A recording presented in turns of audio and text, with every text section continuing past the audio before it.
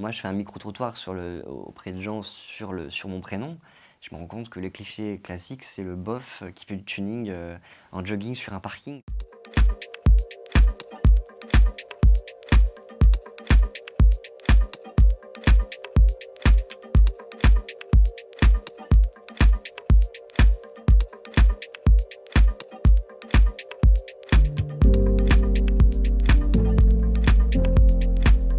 Salut, c'est Kevin. Les calculs sont pas bons, Kevin. Les Kevin, on s'est fait à l'idée qu'on sera jamais des références, quoi qu'on fasse dans la vie.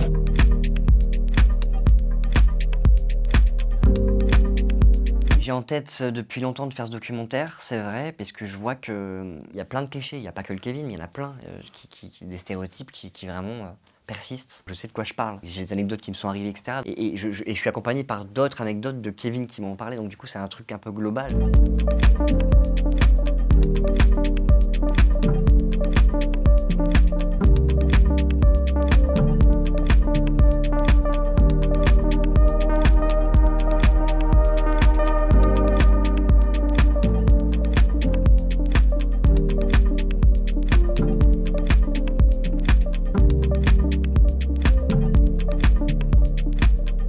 J'ai pas tellement eu de soucis dans ma jeunesse. On était beaucoup de Kevin, donc j'en ai croisé beaucoup dans ma scolarité. Il y a même des classes où on était plusieurs à le porter. Les moqueries, j'ai commencé à les voir, mais plutôt sur l'arrivée d'Internet en fait. L'arrivée des réseaux sociaux, et ça permet de délier les langues. Il n'y a pas tellement d'évolution en fait positive, il y a toujours des choses qui sortent. Le top pire des prénoms, on est toujours dedans. C'est les commentaires que je trouve qui reviennent souvent sous les publications ou quoi, où le Kevin est toujours... il se tapait dessus quoi. Enfin, j'ai le sentiment que Kevin cristallise tous les préjugés dans la mesure où c'est un phénomène de mode vraiment très important. En 91 et entre 96 je crois, si on regarde les statistiques de l'INSEE, le prénom Kevin est largement en tête du top des prénoms, et ce pendant toutes ces années.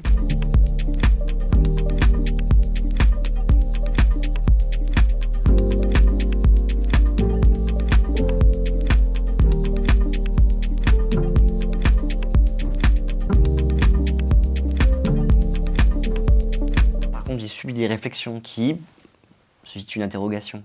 Genre, mais est-ce que tu as déjà pensé à changer de prénom? C'est une question qui est un peu rude. La pire remarque, c'est vraiment, est-ce que tu en veux à tes parents? Non, j'en veux pas à mes parents. Je pense pas que j'ai eu l'envie de changer de prénom. Pourquoi? Parce que c'est mon identité, c'est un choix lié à mes parents, c'est quelque chose qui me caractérise, et je préfère essayer de faire un documentaire qui peut essayer de régler les problèmes et essayer de mettre un doigt dessus, plutôt que de prendre la solution la plus facile et de changer. J'ai croisé des Kevin qui ont changé de prénom dans la vie pour être plus à l'aise. Je trouve ça particulièrement violent d'en être là, de refuter sa propre identité et de se dire non, je peux plus, j'ai plus de force.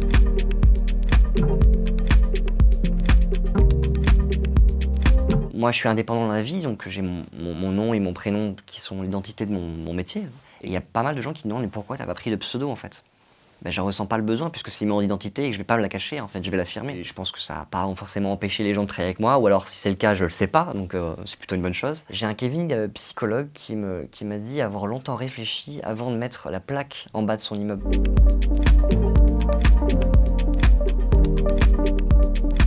D'un point de vue sentimental, je reçois des témoignages de Kevin qui me racontent des histoires qui sont absolument atroces. Dès qu'il y a les prénoms qui sont échangés, il y a toujours un recul. Moi, j'ai une très bonne amie qui lors d'une soirée entre copines, l'une d'entre elles utilise Tinder. Et en fait, il y en a une, elle s'arrête à un Kevin, et elle dit non, c'est mort, il s'appelle Kevin. Elle le swipe direct.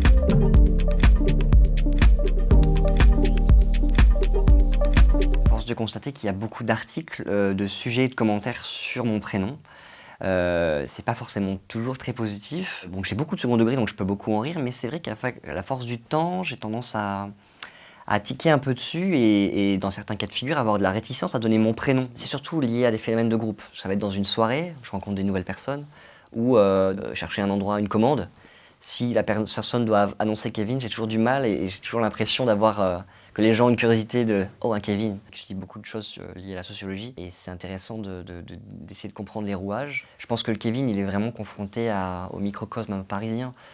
Tout cet environnement-là, c'est là qu'on le retrouve aussi. C'est le mépris des classes sociales qui date des années 90, mais qui encore perdure. Du coup, je me dis, bon, bah, ça soulève un questionnement sur la confiance en soi, et plus largement, je me pose la question si est-ce que ces clichés, ces stéréotypes peuvent susciter des préjugés en fait. Et aussi, je me dis c'est intéressant de faire ce documentaire dans la mesure où on peut donner la parole au Kevin, pas forcément que la mienne, puisque je parle de mon histoire, mais aussi donner la parole à d'autres qui n'ont pas forcément eu l'autre réponse par rapport à tout ce qu'on dit sur notre prénom.